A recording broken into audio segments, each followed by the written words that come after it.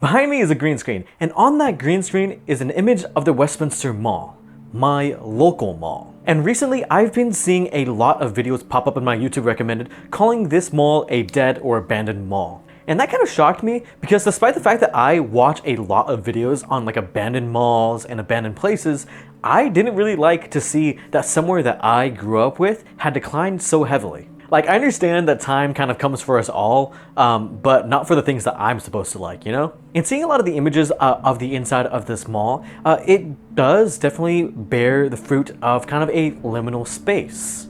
And that got me to ask a question. What is the equivalent of a liminal space in a fantasy like D&D setting? And how can I use the feelings that I get from seeing images like this or seeing my own local mall into my game of D&D? Because these images do evoke a strong reaction of a lot of people. There's a reason why abandoned and liminal spaces are such a popular topic for the last few years.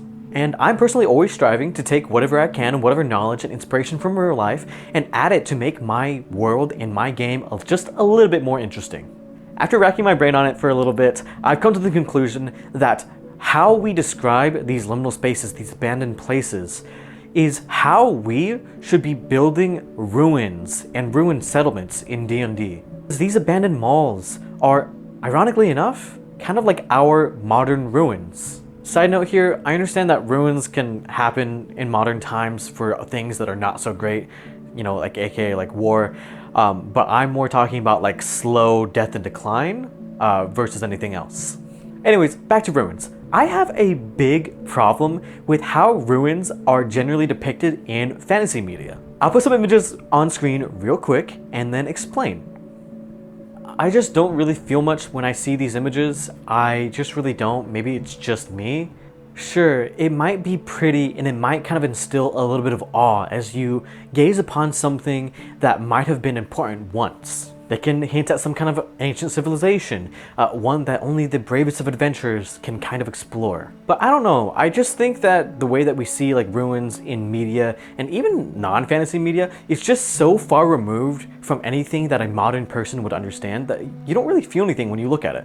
I love world building, I love knowing about places, and I love just creating worlds that have a deep history that people could explore if they really wanted to. But I understand that not every single player that is going to be at a table is necessarily a historian who wants to figure out everything in a fantasy world. They just aren't going to be like that. Like, how many players actually go through and read lore documents when the DM hands them out? I can't imagine it's many, because a lot of players who are playing this game are playing to play a specific type of character, and very often those characters aren't necessarily interested in the history of this world. They're not going to be actively seeking for that, both above and in game. Some people are barely even interested in the happenings of our own modern world. How are you going to expect them to want to explore generic fantasy ruin battle map number 3? So I think we look at the language that we actually use to discuss these liminal spaces and these abandoned places online can actually be a gateway on how we can make more compelling ruins for our players. So what exactly is a liminal space? As Wikipedia explains it, a liminal space is an aesthetic that often feels kind of eerie, a little bit forlorn, and a little bit surreal. Liminal spaces are pretty much the in-between space between what was and what will be. That can very easily be physical. For example, a stairway is an in-between space between two floors.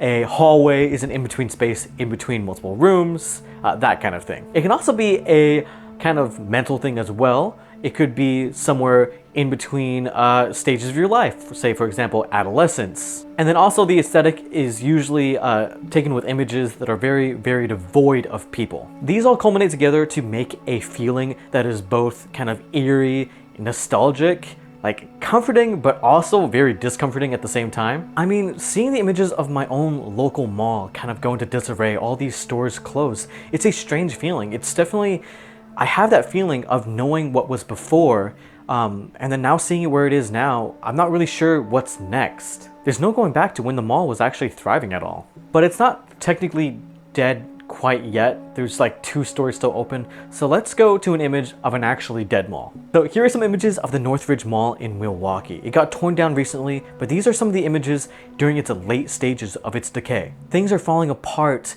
it's dirty, it's unkempt, there are parts where it's wet. You can see pieces of the ceiling and like paint is chipping off, and there's just like trash and stuff about. The only light here is natural light, and you can kind of just imagine that this place just smells awful. But there's something else in these images that I really want to focus on. Something that I think is really key to figuring out how we can make our ruins more interesting. There are signs of what these places used to be like. There are staircases, area of the mall where you could probably sit down and eat your mall snacks. There are fountains where you could probably throw coins that probably smelled disgusting. This dull colored elevator might be kind of sad now, but I imagine that there was probably some toddler out there who got in that elevator for the first time, and it was one of the coolest experiences of their life. You have this other space that looks like it could have been the old food court, that looks like an old little food stall. You can see the signs now empty, but you can definitely have an indication of how this space used to be used. Knowing how this space was used and knowing what it meant to people, that's the key that I'm looking for. It's all about the what was.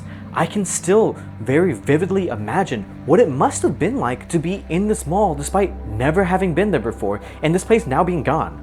But the way that I see ruins depicted in media, they don't really do a good job at depicting the what was, which I think is ironic because ruins are literally supposed to be something that was long and abandoned and destroyed. But the way that it's described most of the time, it could just be a pile of rocks to me. Yes, maybe this ruin that you have set up in your game could have been like a religious site for some long dead god.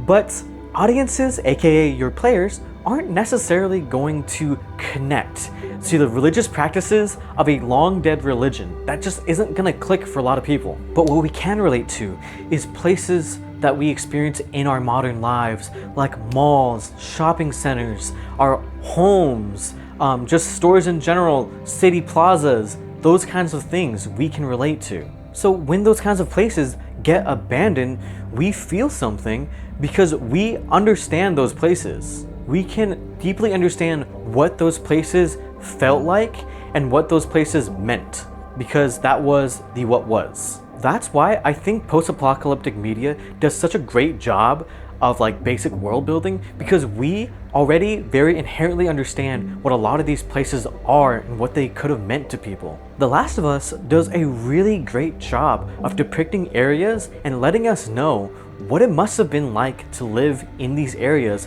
before the apocalypse, during the apocalypse, leading up to the point that you actually see it in game. I think when you go into a house to loot and you see like a dog crate, a kid's journal, kids' beds, kids' toys, you can very quickly understand what that must have been like to live there. Because you have enough context clues, plus your actual lived experience as a person in this modern era, to piece together what it must have felt like. The game gives you enough, and your brain has enough knowledge to actually fill in those blanks. I think in order to get that eerie feeling that you get from seeing these images of like liminal spaces and abandoned places, you have to have a pretty good understanding of what the before was. Because I think that's what actually evokes that feeling of emptiness and loss, because there's something that's supposed to be here that isn't. If you never connect with the before, you're not going to feel that. So when you're going to an abandoned city or some kind of abandoned town or ancient, place, and you want your players to feel something, make sure that you use language and describe items that they, in real life, can actually understand and connect with. They won't necessarily connect with everything in a fantasy world that they've never lived in, but they can understand concepts like family homes, shopping centers, markets, things of that nature. So use that. So if they're exploring some kind of like old abandoned ruins, give them an indication of what was, tell them enough, and even use modern language if you really have to. Say they explore what might be an old family home, you find an old wooden crib, now decrepit, a few of the wooden beams falling off, there's moss, dirt, dust all over it. Maybe they find some kind of indication or imagery of the family. Maybe they made little stone carving figures of themselves, kind of like those stick figures that you find on the back of minivans. Areas where you eat, where there's like chairs, dining tables, some kind of cooking equipment. Players will understand that and connect with it, and they can start to kind of piece together in mind what it must have been like to live here.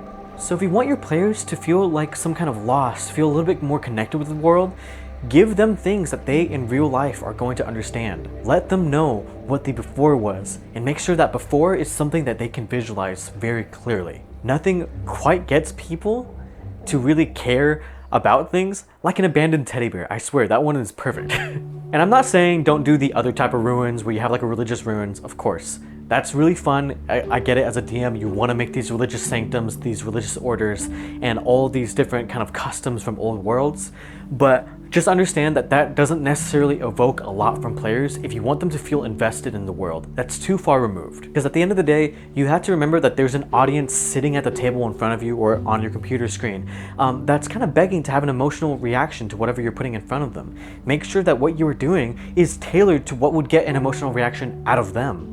If you made it this far, I would really like to know if you guys have had experiences with malls or shopping centers in your local areas that have gone kind of abandoned or decrepit. That would be very interesting to see, because I would like to hear about it. I actually am very fascinated by this stuff. I actually watch a lot of like people exploring abandoned places. But anyways, bye-bye.